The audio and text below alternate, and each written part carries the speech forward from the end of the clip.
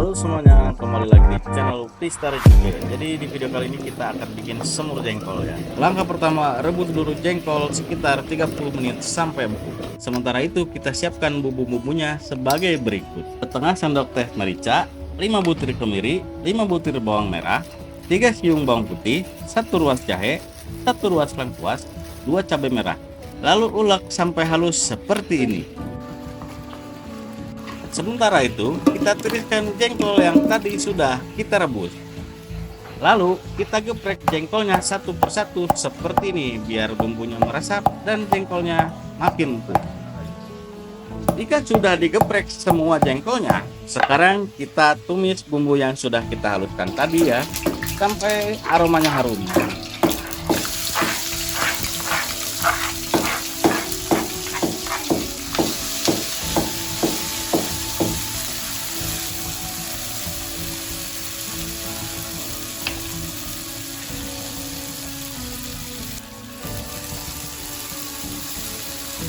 Nah, jika bumbunya sudah harum, langsung aja ditambahkan air ya, secukupnya. Kurang lebih 1 mangkok air ya, kita tambahkan.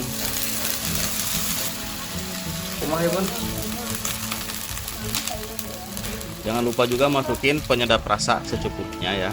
Kita masukin masako, terus kita masukin juga kecap secukupnya sesuai selera ya, biar nanti ada rasa manis-manisnya ya.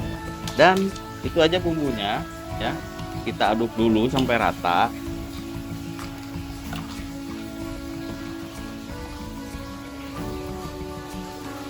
Nah, sekarang saatnya kita masukkan jengkolnya ya.